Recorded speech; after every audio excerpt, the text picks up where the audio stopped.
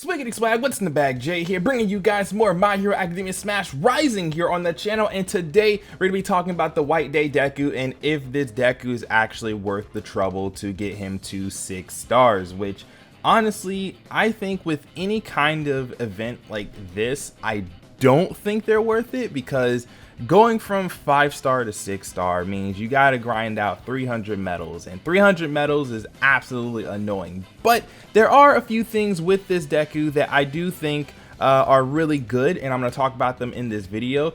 Someone mentioned to me that this Deku, his attacks or attack string or something is better than the other two Dekus, which I mean, I possibly wouldn't really know, because I mean, I've only used Deku like a very small amount of times compared to every other character that I've used so far, because like Deku, he's cool, but he's not really, I don't know, I just don't see him as good, at least right now, unless he has an attack that builds his rising meter very quickly and stuff, and he can just land crits all day every day. Then like, I don't know. But anyways, let's go ahead and talk about this White Day Deku. So looking at his stats, as you guys can see, his HP breaks 2k. It's actually 2300, which is absolutely, I mean, that's good. Like, that's really good. And then everything else is kind of average. His attack is actually lower than both the Gamma Suit Deku and the original Deku, the Alpha Suit Deku as well, which is kind of surprising. And I mean, it's really surprising that his attack is actually lower than the previous two Dekus. So but his SP is way higher than the previous two Dekus though, so that's where you know, this Deku kind of shines in HP and his SP, because you know, the more SP you have, the more specials you can do. So I think that's actually really good when it comes to this Deku. But I feel like it doesn't justify, you know, the fact that you have to go through literal hell to get this Deku. Like I said, because like the conditions for the original Deku is like, well, you can grind him out at any point in time, and then the Gamma Suit Deku is like, well, you gotta rely on drop rates, but at least if you put in enough time and stamina and stuff, you can still get him to 6 stars. It's like that's not all that bad of a grind. But then when you're talking about this Deku here, it's like he's locked behind points, right? He's locked behind points, and you have to accumulate those points. And you know, the only way you can get really good point boosters is if you summon on the banner. And if you don't summon on the banner, you have to rely on the free-to-play boosters in the shop, but you know, you have to use your points to buy them, and one of the R factor costs the same amount as the metal. So it's like, well, what do you do? It's like you spend the 30k to get the R factor so that you can get more points from your runs, but then it's a mess, really. So like, if this Deku wasn't locked behind points, then I feel like, you know, okay, sure, whatever, but he's locked behind points. But I don't know, his SP is still pretty good. So like, again, he has that going for them. He has like, what, like 20 more SP, about 20 more SP than the Gamma Suit Deku, and about like, what, 30 something more than the original Deku. So yo, it is so hard staying in like top 3%. I promise you, dog. Like, it's so hard staying in top 3%. Anyways, I'm not gonna go there. I'm gonna do this one because I have a green team with this Deku here. I have these attacks on him, so we're gonna see exactly what this Deku can do and what his attack string is looking like, because I have yet to actually use this Deku, because Deku doesn't interest me, because again, I don't know if he has any attacks that allows him to build rising meter very quickly, because he doesn't have any multi-hitting attacks from what I can recall. And if he does, then let me know. Maybe his Christmas attack, but I don't have that, so I don't know. But speaking of Christmas attack, there goes Himiko. So trying to look at his Deku, see what his, okay, so I do like the fact that he does a flip at the end of his attack string. I do like that. I think that's really good. Like, I think the flip is really dope, because he actually kicks. Like, I wanted a Deku that, I've been wanting a Deku that kicks. Like, I don't know why they just don't want to give us a Deku that properly kicks like he's supposed to. But you know, sure, whatever. I'm hoping that we get one attack at some point, but we don't see this attack until season 4. So it kind of sucks that we're not going to be getting, I feel like people know exactly what attack I'm talking about. See, like, he kicks in the end of his thing. Like, that's so cool. Like, I just kick more.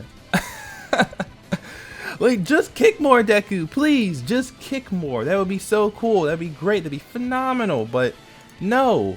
But does he have any kicking attacks in this game? I'm not even sure. Like, I'm actually not sure if he does. If he does, then my bad. But I think all of his attacks deal with him punching because, again, Season 4 is where we see his first actual kick attack, which is in Jump Force, which I'm actually really surprised they put it in Jump Force considering the fact that that's manga exclusive right now. But then again, they also put Ichigo and Bankai Rukia and Aizen, and those are manga exclusive as well. But I don't even know if we're ever gonna get the Bleach anime back. But anyways, that's a whole different subject. Let me see if I'm gonna do this. I mean, I'm pretty sure that's pow. Ooh, golly. Okay, but all in all, I mean, I like his attack string, right? I like his attack string. It's pretty dope. I think I don't like his suit. I've already expressed this before. I don't like his suit. His suit feels really lazy to me. Like, all it is him, like, okay, he attacks and there's cookies everywhere. Like, sure, okay, that's whatever. But, like, his suit is just his Gamma suit, but blue, and then he has a bag. But, you know, like, I like the fact that he kicks at the end of his little, his victory pose. But I don't know. And then sure, he has really good SP. Like, he has very good SP. But the fact that he's locked behind points in an event, like, I feel like there's so many things stacked against this Deku that makes him just, like, not really worth the 6-star grind. I will say, sure, if you grind him out to 5 stars, you should be fine. Because the stat jump from 5-star to 6-star is not really that much. And again, if you start slapping a bunch of R factor on these characters, you're not going to really see the difference. So yeah, no, I think that if you're going for at least a 5-star White Day Deku, then you should be okay. Like, sure, he's not going to be fully maxed out 6-star, all that stuff, but at least, you know, you have him unlocked and he's usable. Right, because if he's only at 1 star, he's not really gonna be all that usable in my personal opinion. But if you have him at least 5, you should be okay. But otherwise, this Deku, like, he's not worth the 6-star grind because you need 13 million points. 5-star, sure. I really wish he would do more kicking because he has his kicking outfit on. But what are you gonna do? I guess. I'm pretty sure we're gonna get a million versions of Deku in the future, unless they decide to just say, hey, we're gonna scrap this game and we're just gonna make a new game. Then, like, sure, go for it. But if they're gonna try to make Smash Rising better and stuff like that, then what I see them doing is I see them giving us a lot more Dekus, definitely a lot more Dekus, and I'm hoping that the Deku will kick. That would be really awesome. Please give me an ultimate or, oh my gosh. Why every time? I promise you, every time it's tickets, somehow, some way, somewhere, I get a Himiko. I don't get it. Look, I have so many Himiko ultimates to the point where I'm about to start fusing them together. Like, I'm legitimately about to start fusing these Himiko ultimates together because there is no reason why I should have so many Himiko ultimates. Like, yo, then again, I mean, look, that's my 4th one. I have 3. That's my 4th Himiko ultimate. How on earth did that happen? I love Himiko though, so it's fine. But, like, what? Like, I have so many Himiko cards, it's actually insane. Like, literally, if there's a red event, I'm taking Himiko because I have a lot of blue cards for her. Wow. Just wow.